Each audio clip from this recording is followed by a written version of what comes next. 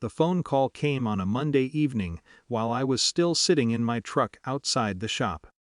I remember the sky was already dark, the kind of cold November dusk that turns the parking lot into a sheet of dull gray. I had just finished a 12-hour shift replacing brake lines on a fleet of delivery vans. My hands still smelled faintly like oil and metal. My mom didn't usually call at that hour. Her voice sounded careful. Not nervous. Just deliberate. "Listen," she said, after a few seconds of small talk that didn't quite land.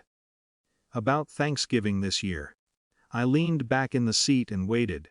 Your body can sense when a sentence is about to go somewhere uncomfortable. "Your brother is bringing his girlfriend to meet everyone." "That's nice," I said. There was a pause long enough that I could hear the kitchen clock in the background of her house. "He's a little worried about impressions." Another pause. Then she said it. "He thinks your job might make things awkward." The words came out soft, like she was setting down something fragile. Not cruel, just apologetic. "He doesn't want you there this year," she added, "just until she gets to know the family." I stared at the dashboard for a long moment. The engine ticked as it cooled. "I understand," I said, and I did. Not because it made sense, but because it wasn't new. Growing up, my brother Ryan had always been the impressive one. Honor roll, debate team, business school. My parents had a certain tone when they talked about him. A kind of quiet pride that filled the room. With me, the tone was different. Hardworking. Good with your hands. Things people say when they mean you're useful. Not remarkable. I started working with engines when I was 19. First at a small garage, then eventually managing the service floor at a bigger commercial shop. It was honest work. Crazy loud, sometimes exhausting. But I liked knowing how things worked. I liked fixing problems that were real. Ryan's world was different. Finance, consulting, networking dinners. His life seemed to exist mostly in conference rooms and airport lounges. Over the years our paths just drifted apart. Thanksgiving had always been one of the few times we ended up in the same place. Apparently not this year. I drove home after the call and heated up leftover chili. It was quiet in my small house, the way it usually was. Thanksgiving Day came and went without much ceremony. I worked the morning shift because a few of the delivery companies still needed emergency service. Afterward I grabbed a sandwich from a gas station and went home. No dramatic loneliness. Just a normal day that felt slightly hollow around the edges. Somewhere else, Ryan was hosting his version of family. I didn't think much about it. Until 5 days later. It was early evening again when someone knocked on my door. Not a polite knock. The kind that carries urgency. When I opened it, my parents were standing there. My mom looked pale. My dad looked angry in a way I'd rarely seen before. "Can we come in?" he asked. Something in his voice made me step aside immediately. They walked into the living room and sat down like people who had driven somewhere without talking much along the way. For a moment no one said anything. Then my dad rubbed his face and exhaled. "We owe you an apology." I didn't answer right away. My mom spoke next. "Ryan told us you'd been difficult lately. That you'd embarrassed him at work events before. That it would be better if things were controlled." I felt something shift in my chest. Controlled. That sounded like Ryan. "But that wasn't true," she said quietly. "What happened?" I asked. My parents exchanged a look.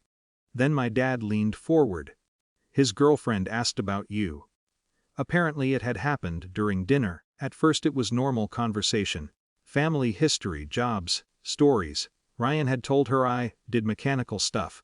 That was the phrase he used, but the girlfriend, her name was Claire, kept asking questions. Where did I work? How long? What kind of clients? My dad explained the shop handled commercial fleets, emergency repairs, municipal contracts. Claire seemed interested. Too interested. Because she recognized the company name. Turns out Claire worked in logistics consulting. One of the firms she'd worked with had recommended our shop, multiple times, as one of the most reliable operations in the region. She'd heard my name before. Not from Ryan. From industry contacts. The room apparently went quiet after that. Claire asked Ryan why he'd said I was embarrassing. Ryan tried to laugh it off. But Claire kept pushing. Eventually the story unraveled.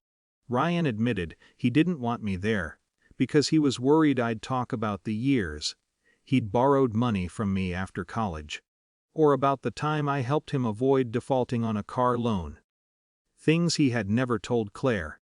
Things that didn't fit his version of himself. My dad looked at the floor as he explained this part. "We didn't know," he said. My mom's eyes were red. "Ryan made it sound like you were the problem." I sat quietly while they talked. The living room felt smaller than usual, so Claire asked something else. My dad continued. She asked why the only person who had actually helped Ryan when he needed it wasn't invited to Thanksgiving. No one at the table had a good answer. Ryan apparently got defensive. Claire didn't yell. She just stood up and said something simple. If someone is ashamed of the person who helped them, that says more about them than the person they're hiding. She left not long after that. Ryan tried to smooth things over. But the damage was already done. My parents spent the rest of the night realizing they had believed the wrong version of events. "I should have called you sooner," my mom said. I shrugged slightly. "It's okay." My dad shook his head. "No, it isn't." The anger in his voice wasn't directed at me. It was the kind of anger people feel when they realize something obvious too late. "We'll let him shape the story," he said. No one spoke for a while after that. Eventually my mom looked around the room. My place wasn't fancy. Second-hand couch. Work boots by the door.